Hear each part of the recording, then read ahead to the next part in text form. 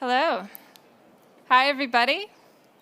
Thank you for coming to my talk. I know it said a different talk up there earlier. You are in the right room for Azure Static Web Apps, so I hope that is what you all came to see. So thank you very much for coming to see me speak today. I'm very happy to be at NDC Oslo for my second time in a row, but this will be my last time for a little while. I'll be taking a break from conference speaking for a bit after this. But I'm very excited to be back here with all of you. And thank you again for coming to my talk and for all the organizers and sponsors who made today happen. So today, what we will talk about is, of course, Azure Static Web Apps, what that service is, what the offering provides you, and all the different features that come with it. We'll look at how you can use it with full-stack .NET applications and leveraging Blazor WebAssembly and powerful .NET APIs on the back end to build really nice static web applications. We'll take a look through some of the debugging and deployment tools and features that you can use to help you get up and running really fast. And we'll talk about some advanced scenarios as well and how you can continue to use it within more larger enterprise organization scenarios. So first, a little bit about me. My name is Melissa Houghton, and I am a principal software engineer and developer relations for a company called Azure, which is based in Australia. So I came here today all the way from Australia to come speak to all of you. I am also a Microsoft MVP in developer technologies, and I try to stay active on the different socials and share about different things that I'm learning in the tech world. So feel free to connect with me and share any photos or thoughts you may have of the talk here today. But we're talking about Azure Static Web Apps and what that feature is really all about. It's a serverless solution offering from Azure for hosting your static web applications. And it comes with a lot of really great tools to really help you on that code-first approach, so you don't have to worry about things like configuration and setup, and you can really get your web apps up and running quite quickly. And the way that it works is it actually integrates with your code repository.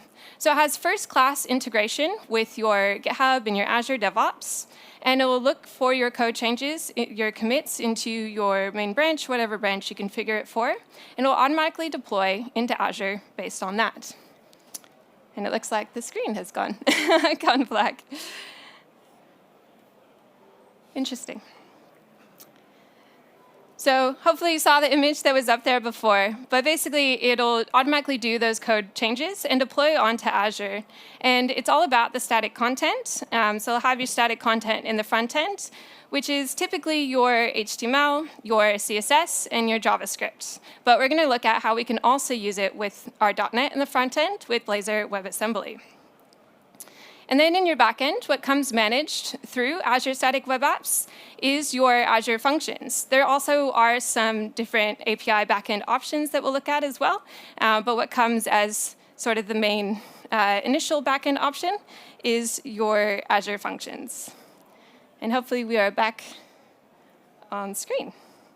Cool. So you have that serverless solution offering for both the front and backend content ready to go for you. So some of the features that are available are it provides globally distributed hosting. So it'll serve your static content from wherever your users are accessing it from, making sure that they have that really great user experience and everything is accessed quite quickly. It gives you a streamlined build and deployment, setting up pipelines initially for you when you first set up the web app, which we'll take a look at. And it has automatic deployments for that really continuous CI/CD from within your code repository.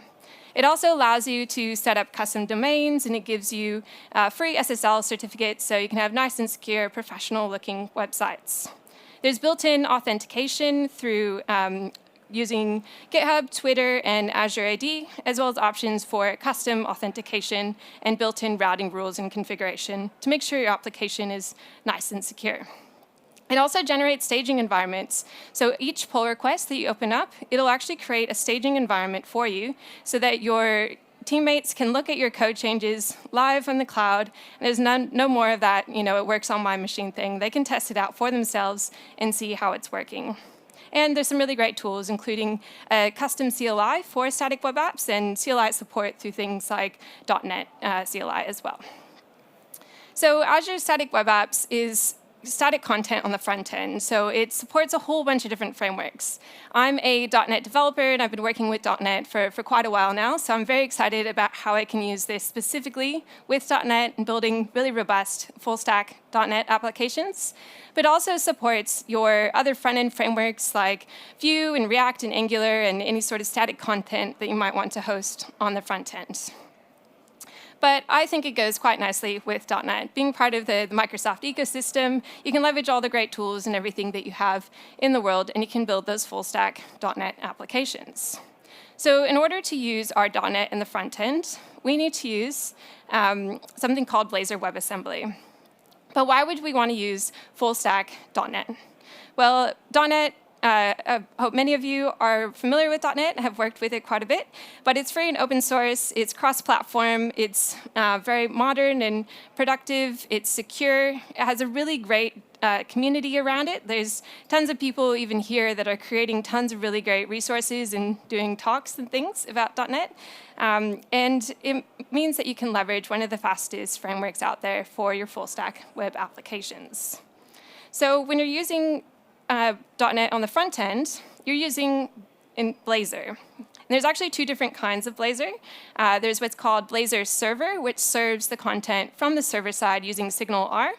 But that actually means it's no longer static content. So to use it with the Azure Static Web Apps service, we're using the second type of Blazor, which is called Blazor WebAssembly, which actually is running your .NET within the client browser using something called WebAssembly. So WebAssembly allows you to run different frameworks and tools within the client browser, so it all actually ends up being static. But you can leverage all of that really great, powerful things that come within the .NET ecosystem. You can have shared component models between your front and back ends, and you can have everything within one project, one solution, have all of your same tools that you're using across the front and back ends. And when you're hosting Blazor WebAssembly, even within itself, there's actually two ways to host it. So if you look at your traditional web server hosting, you can host it within your ASP.NET application alongside your APIs. But the second way to do it is also having it as a standalone. So it's globally distributed hosting for your client-side application, and then having your APIs as individually deployable microservices on the back end. So when we're using Azure Static Web Apps, we're going to go with the second option so that we can have our globally distributed hosting that we get from Azure, and we can have our serverless microservices leveraged onto the back end. So I mentioned that the managed first-class API option for static web apps is to use Azure Functions, which a serverless solution has .NET. They run on event-based triggers, automated scaling. It all manages the infrastructure for you through Azure, which is nice. Has flexible pricing models, and fairly recently they introduced a isolated worker model as well, which actually allows you to more seamlessly do things like dependency injection, and has middleware support, and is more aligned to working with other types of .NET APIs that you might be familiar with. And so all of this, in all of the latest features that you get with functions and all that, are supported within Azure Static Web Apps. So let's take a look at how we can get started setting up a application with Azure Static Web Apps.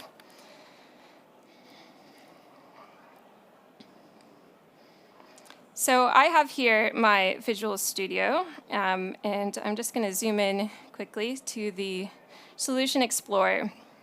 So the typical way to set up kind of just a basic full-stack .NET application that you're going to host on Static Web Apps is you have three projects. You have your client, which for us is our Blazor WebAssembly. You have your API, which is our Azure Functions. And then you can also have a shared library as well, which in this case is just the shared models. So here, this is going to be just the basic weather forecast app, if you've seen those templates that come with Blazor and all of that. But it's basically you have those three is kind of the standard way to get started. And this actually comes from a template from Microsoft for starting with static web apps with fullstack.NET. And I'll share the link to all my resources in the end.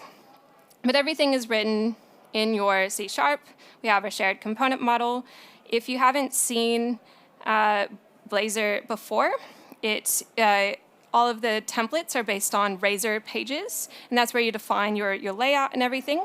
So we have our layout view, and there are pages where you declare the route definition. You can do dependency injection. So here we're doing injection of our HTTP client.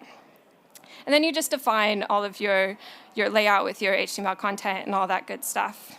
At the bottom, you can have your code, where here we're doing our API call out to our Azure function and setting that up here.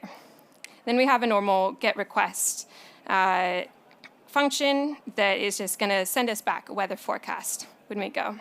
So a pretty basic application, but it's all configured there for us. So now this app is in my GitHub at the moment, but I haven't deployed it into the cloud. I haven't set up any sort of CI/CD pipelines. I'm going to let Azure do that for me right now. So when I can go to the Azure portal, and I'm going to create a static web app. So I'm going to say create, and search for static web app. And this is going to be using the wizard to set up the static web app within the portal. But you can use the CLI, you can use your infrastructure as code, and whatever types of tools that you'd like to use to set up your Azure resources. So we'll give it a name, NDC Oslo, SWA demo. You also might hear the term SWA used sometimes. It's just shorthand for SWA, static web app. But it has the options for the 2 separate plans. So there's a free plan, which is really great for small projects and getting started. And then there's the standard plan, which is better for, if you're a bigger organization and you want a few of the extra features. So within the free plan, you still get your SSL cert and your custom domains. But if you go to the standard plan, I'm from Australia, so this is in Aussie dollars. It's about $12 a month, which is still pretty affordable, especially if you're a big organization. But it gives you a few more backend options. So you can see there's a bring your own, which we'll talk about a little bit later, and extra features such as enterprise-grade edge, which gives you some extra security. But in this case, we're just going to go with the free plan here. And you can choose your deployment details. I need to sign in quickly. Sign into my GitHub. And you should all have 2FA set up on your GitHub. I think it forces you to do that now. But once you sign in for a little bit, it does remember. Let's see. It's going to run out. Cool. So you sign in, authorized to your GitHub account. So you can do whatever account that you want to work with. And then choose the organization as well. So if you're doing something for a company or yourself, you can choose that. Choose which repository that you want. So here we want the NDC Oslo one that we just had on GitHub. Choose whatever branch, so whatever branching strategy. That'll be the one that Azure then watches and does the deployments from. And then it has some build presets. So through this list, you can see some examples of the different frameworks that are supported. But we're going with Blazor. And that follows that same pattern of having the client and the API folders for the different projects. We're just going to review and create. And what this actually is going to be doing is it's going to connect back to my GitHub, because I authorized it to do so. And it's going to set up a GitHub Actions workflow file for me. And that GitHub Actions workflow file will be what will automatically build and deploy my changes onto Azure every time I do a commit to my main branch. I close a pull request to main, and it will also open up those preview environments for us as well. And so what we'll actually see happen, if it goes through, is we should see in the actions on the project. Right now there's nothing, but as it processes, it'll do a commit and set up the action file for us. Let's see, it might take a little bit while because I'm just on the, the free Wi-Fi here as well. Yeah, here you go. So we can see it's added in this new .github/workflows file folder for us. So that's the folder. It did a commit automatically, and it'll actually have kicked off that action. If we look at the workflow file, make that a little bit bigger for you. So this is the GitHub action definition of the jobs. It has the build and deploy on push, and we're looking at the main branch because that's one I specified. And it's actually has set up some secrets for us here as well. So it's already put secrets into our GitHub in repo for us so that it can do that authentication and communication between GitHub and Azure. So if we wanted, we can go in and edit this, add in steps for our testing and whatever else we want to do. But it's nice that it has it all set up and ready for you there as well. And if we go to the resource, after it's deployed, we can see that it's links. It generates a fancy, in this case, Ashy Beach URL for us. But it links back to our GitHub, and we can look at those runs and see if it's been successful and have everything flowing back and forth. It does take a couple minutes for the actual workflow to run. So if we went to the site at the moment, nothing would be there. But once it's done, we can click on this URL and see our site live in Azure, which is nice. So I'm going to go back to my slides.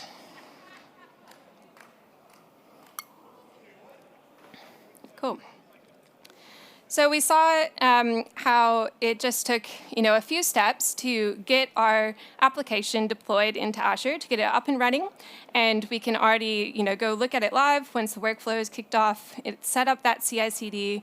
We don't actually really need to know how GitHub Actions works, although it's good practice to understand what's happening, and then you can add in things like tests. But it has that first-class integration with GitHub and Azure DevOps as well, so it'll do a similar thing within your Azure DevOps. There's also added support for Bitbucket and GitLab as well, and ways to just add in a custom provider if you want to do that as well. Automatically builds and deploys, has those staging versions for the pull requests, and will be globally distributed static hosting. So I did have to choose a location when I was going through the wizard, but that was just for the hosting of the backend function options. All the static content will be globally distributed. Now, if we want to continue building on our application, there's some really great tools that we can use to help us do so. And one of those tools is the Static Web App CLI. So this is a CLI tool specifically for static web apps. And it allows you to debug everything locally and emulate what is happening on Azure within your local environment. You can also do your deployments through this, but it's kind of like that right-click deploy, so generally not recommended. But you could use it to set things up in the command line or write little bash scripts or whatever you want to do and test things out locally with your static web apps. Another thing that is really cool with this CLI is it actually will fully emulate the reverse proxy that Azure sets up for you between your front and your back end. So what's happening when your application is deployed on Azure, it does a reverse proxy, takes care of those CORS requests for the static content and where that's served from, but also for the API content and the authentication that comes as part of the static web app service. And we're using the CLI, it emulates that using a reverse proxy port, imports everything through one request. So you don't have to worry about setting up the CORS configuration locally or anything like that. And can get a good replication of what's happening in the cloud, which is nice. So I'll show you quickly what that CLI looks like. So I like to use the CLI just from within my Visual Studio Code. You can use Visual Studio and have a terminal open, but because I'm debugging everything within the CLI, I don't really need to do too much. I've already run the command SWA NET, which then sets some local configuration for where my app is located and that kind of stuff. And that's what this file you see on the screen is doing here. But if I run SWA start, it'll start up the server for us. It'll start up first the client dev server, and then it will set up the backend one, and it'll actually run .NET Hot Reload as well. So that it's watching everything that we're changing, and you're able to change and debug and do everything on the fly. So this is 500, which is just the Blazor front end. And then it should also, so it also opened 7071, which is where the functions are running as well. And then 4280 is the default for the port. So if I go back to here, we see requests are coming through 500 and then 4280, so it's being proxying all the requests to that single port. And we can go to the fetch data, which is connected to that Azure function. And if we then go here, we'll see that it actually called functions.weatherforecast, and it proxied the request from 7071, where the function was hosted, onto 4280, which is our CLI, which is nice. And then the emulator for the authentication is if there's a full secret route, which is .auth, which normally would have configured a button or something to go to that. But it'll actually emulate here the authentication provider. So you can put in the different roles and test out the different claims that user might have and test out all the authentication locally. So it's quite a powerful tool for you to get up and running, which is really cool. So I'm going to go back to my slides. And I want to talk about a relatively new feature that has been added into Static Web Apps as well. And this came out This came out about 2 months ago into public preview, and it's something called database connections for Azure Static Web Apps. And basically what this does is it allows you to connect your client-side static code directly to some sort of database that you have deployed into Azure, and it automatically sets up endpoints for your REST endpoints or your GraphQL to request information for that data. And so it has it all configured and set up for you. It allows you to retrieve and modify database entries from your static site. And there's also flexibility with what kind of database types are supported as well. So there could be your SQL database, Cosmos DB, as long as it's hosted within Azure, some sort of Azure database, then you can use it with this as well. It has a built-in authentication and relationships and query optimizations and scalability all built into this feature. So depending on what your application is doing, you might not even need to set up functions or set up a backend at all. If you just have some really basic connections to a database, and that's all you need, then you can just leverage the database connections and have that all there for you. And under the hood, it's using something called Data API Builder. And Data API Builder is a Microsoft open source engine that is converting your REST and GraphQL to optimize database queries. So it acts as like a backend as a service solution for you and sets up those data access endpoints. So all you need to do is to provide it runtime behavior with your schema and your relationships and the configuration for how your database is set up, and it'll automatically add in all of those endpoints. So Microsoft has leveraged this Data API Builder and put it into Static Web Apps and done all the configuration and setup for you. So you have all your CRUD options and authorization support for that as well, which is really cool. So let's take a look at what that looks like. So I have a demo here that was created by Aaron Powell from Microsoft, who's a developer advocate that works with Static Web Apps. And I'll provide a link where you can access this demo as well and take a look. But what he's done here is he has a full-stack .NET application, which is really just a Blazor front end. So we have a front end on the side here. And then he's configured just a local database in this case using Azure SQL. And he's set up the database configuration through Static Web Apps. So with the database configuration in Static Web Apps, you have to provide it. So the schema is part of that Data API Builder. And then you have to provide it the connection string to where your server is, what type of database it is.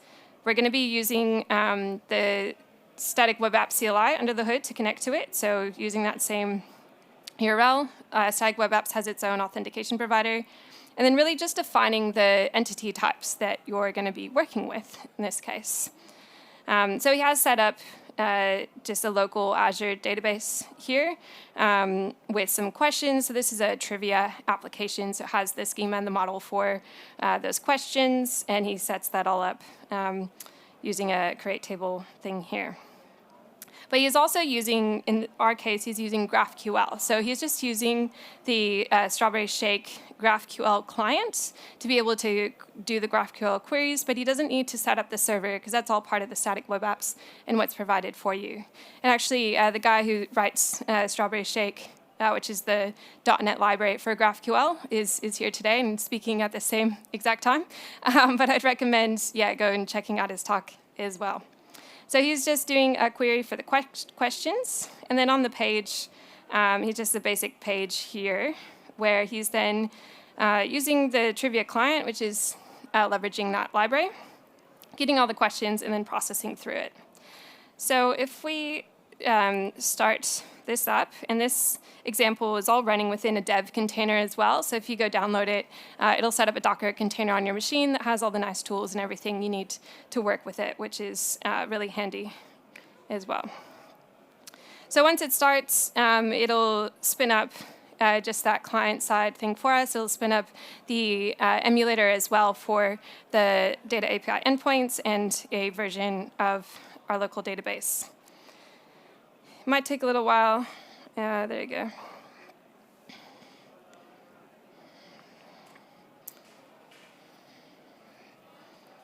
I'm not going to open this one because that's the front end.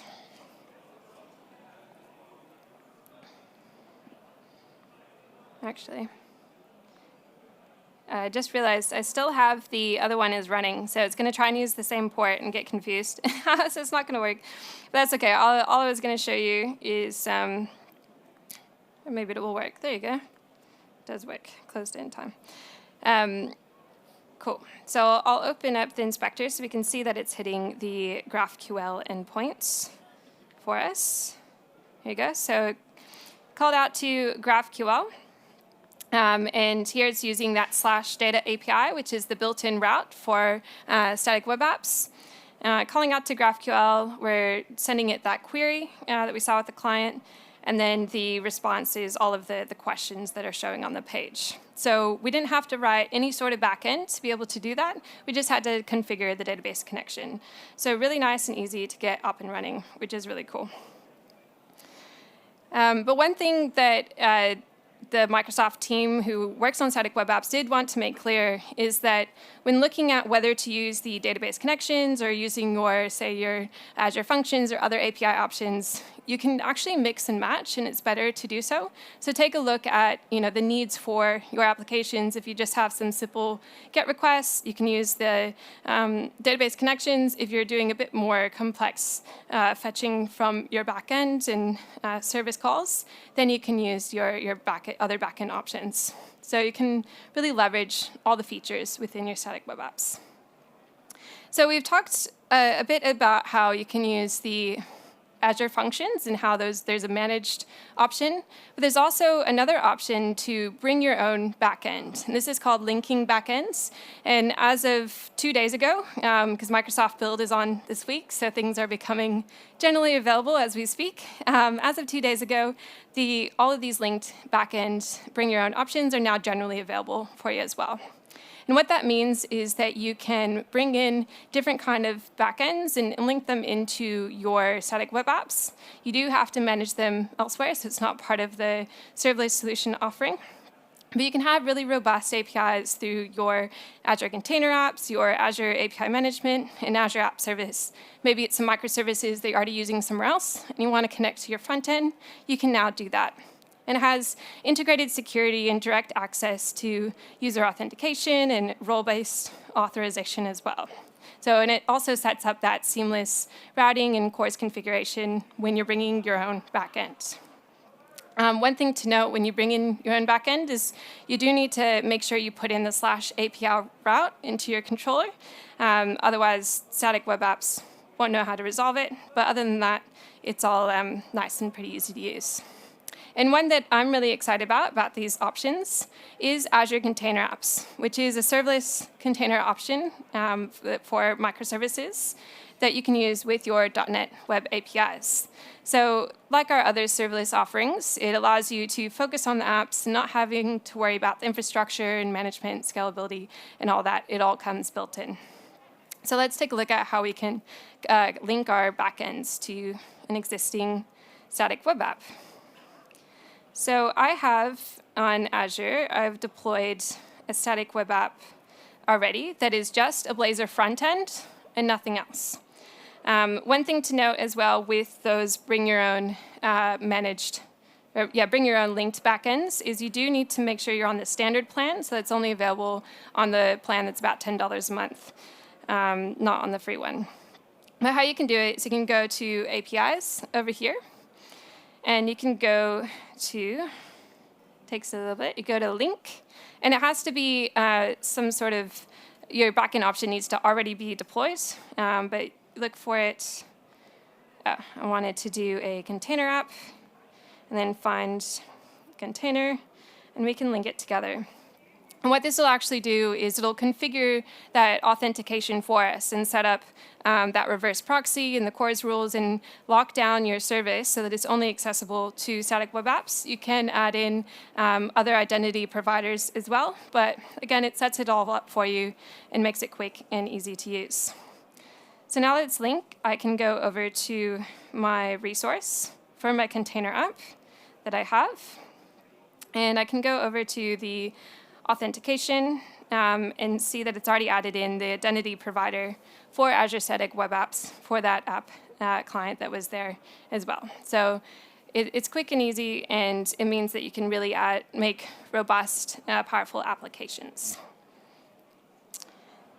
So if we do want to talk about more robust, powerful applications, more than just our weather forecast app, we want to see a few more of the features that we can use to make our application a bit more enterprise level and a bit more secure and fancy looking. One of the things you can leverage is enterprise-grade Edge. Again, it's only available on the standard plan, but it combines the capabilities of Azure Static Web Apps, Azure Front Door, and Azure CDN, allowing you to really have that global presence, caching your assets at the edge, and having enhanced security. We talked about there's some built-in authentication, so that's through the Azure Active Directory, GitHub, and with the standard one, you can also add in any sort of custom provider that you might be using for your authentication. So I want to show you a bit more of a slightly more advanced example of static web apps that I've actually built myself. So in addition to doing all kinds of conference talks and traveling around the world, my husband and I actually have our own wine business. My husband is a winemaker, and we made our own wine last year in Australia. And so as a small business owner looking at, how can we sell ourselves and sell this wine, I decided to make us a website. I haven't actually gotten very far, as you'll see with the website, but it is an option that we can use to eventually sell our wine when we're ready to do so. So this is a Blazor application, and it has some Blazor or .NET Azure Functions on the back end. It just has a simple, there's a shop, which once we are starting to sell, things will be here. It's actually all connected to a database as well. There's a little About Us page, but yeah, so pretty basic, but as you can see, I have a custom domain here as the SSL cert set up, and this is all within Static Web Apps. But I'll show you some of the code. So in order to make it look like that layout, I'm using a component library called Blazor. So just like your other front-end frameworks, when you're working with Blazor, there's all kinds of component libraries available for you to make it look nice and pretty.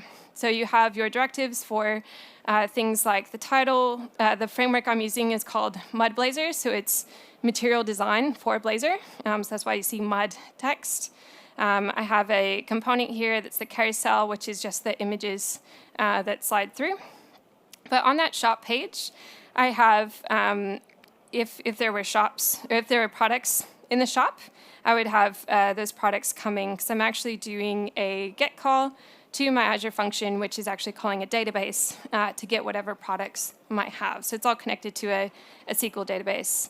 This was set up before the database connections thing came out, so I might consider changing to that just for the simple calls. But I have my GET call here. I'm using my entity framework to connect to my SQL database, so your Azure functions support the regular dependency injection, and it can use things like entity framework to get your products and all of that, which is nice.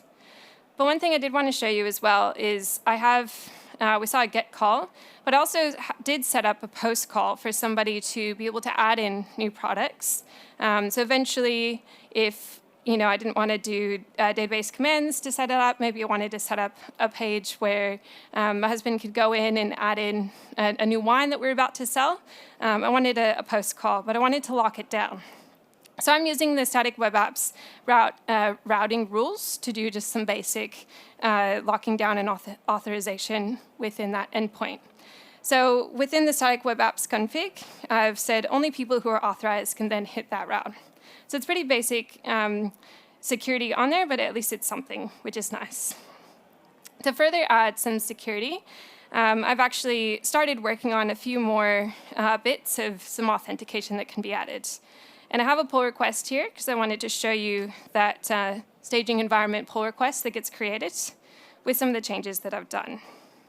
So if I first look at the changes, what I've added in so far is I'm using the cascading authentication state, which is the authentication built into Blazor. So if you worked with Blazor, if you haven't worked with Blazor before, you can leverage all kinds of authorization rules and configuration that comes with that there. And then you add in this attribute called authorize within each page to figure out which pages need somebody to be authorized to view it, that kind of thing. I've also added in a page that we'll see that has a bunch of buttons to log in different ways. And let's see if I just scroll down, a few more rules. So I've added in a route for adding the front-end page for the products that can only be viewed if you're authorized as well. So let's take a look at what that actually looks like within the pull request. So if we go to the conversation, the GitHub Actions bot ran, and it created the staging site for me. So I can go to the staging version of my site, or my teammate can, and verify the changes that I'm looking at, and actually test it out for themselves. So if I go to login, which is a new menu option here, I now have two options to sign in with GitHub and sign in with Twitter, because those were built in through the Static Web Apps. So I'm going to say sign in with GitHub, and it'll ask me, are you okay to authorize to this? You can also set it up so you can say only these people actually can do this. But now I'm logged in, and I have a new page here to add products, which I haven't actually added anything to the page as of yet, but only authorized people could even get here, which is cool. So we've seen a few more of the features on what you can do with static web apps, and I didn't have to add in much configuration to be able to view that in a cloud environment, and to be able to also then have the authentication all taken care of behind the scenes.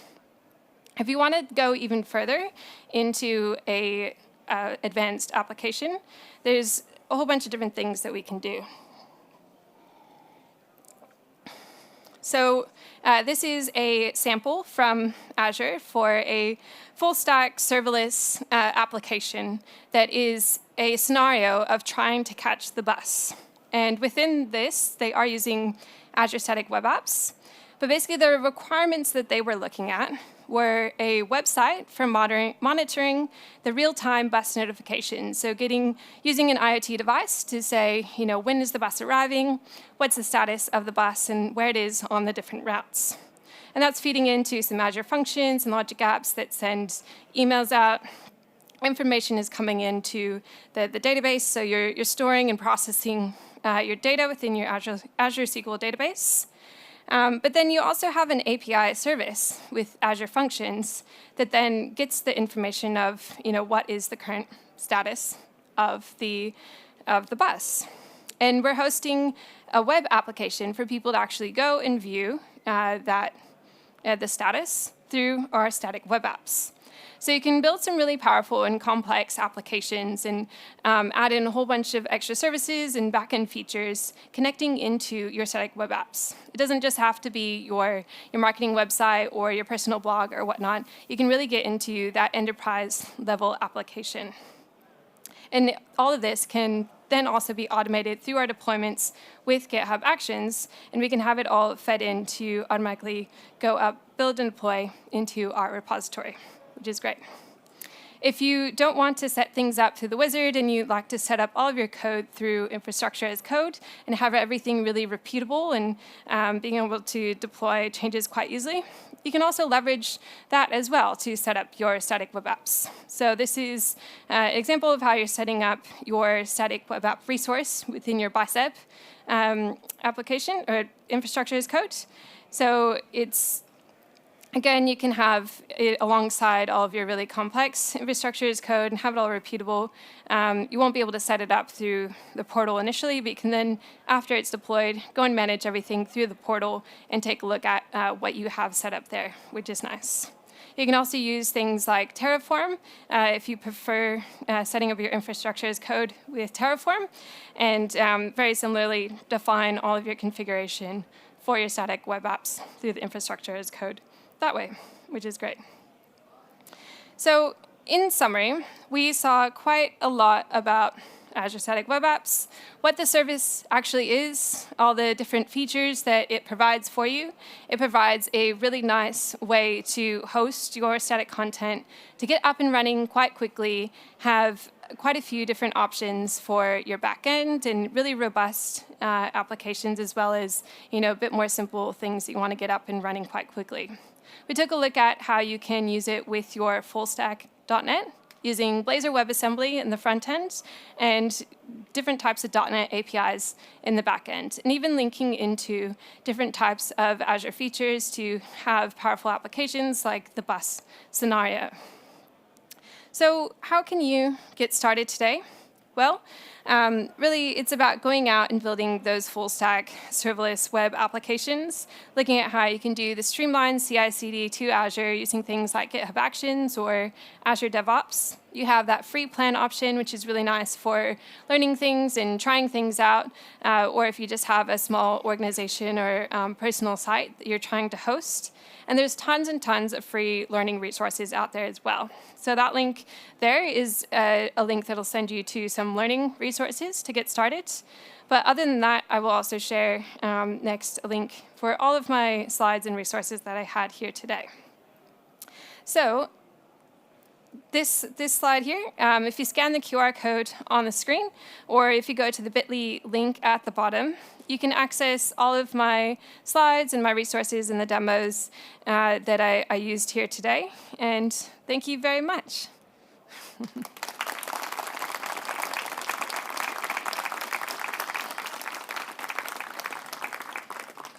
And I do have time for questions if anyone has any questions as well. It is kind of hard to see some people there. Are there any questions?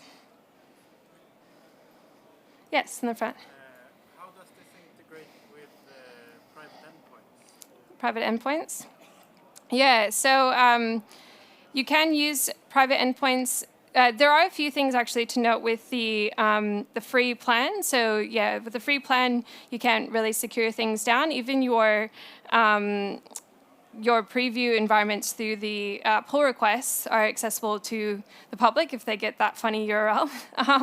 So you have to use the standard plan, but you can add private endpoints and secure everything with the networking and stuff as well.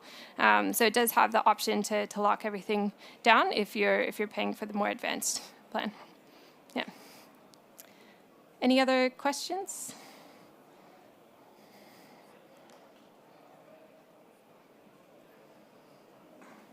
Cool. I am also speaking tomorrow. I'm speaking tomorrow at the last time slot of the day about leadership through self-awareness. So if you wanted to hear me speak again on a different topic, please come and check that out tomorrow as well. And I'll be around if you do have any other questions that you think of. So thank you very much.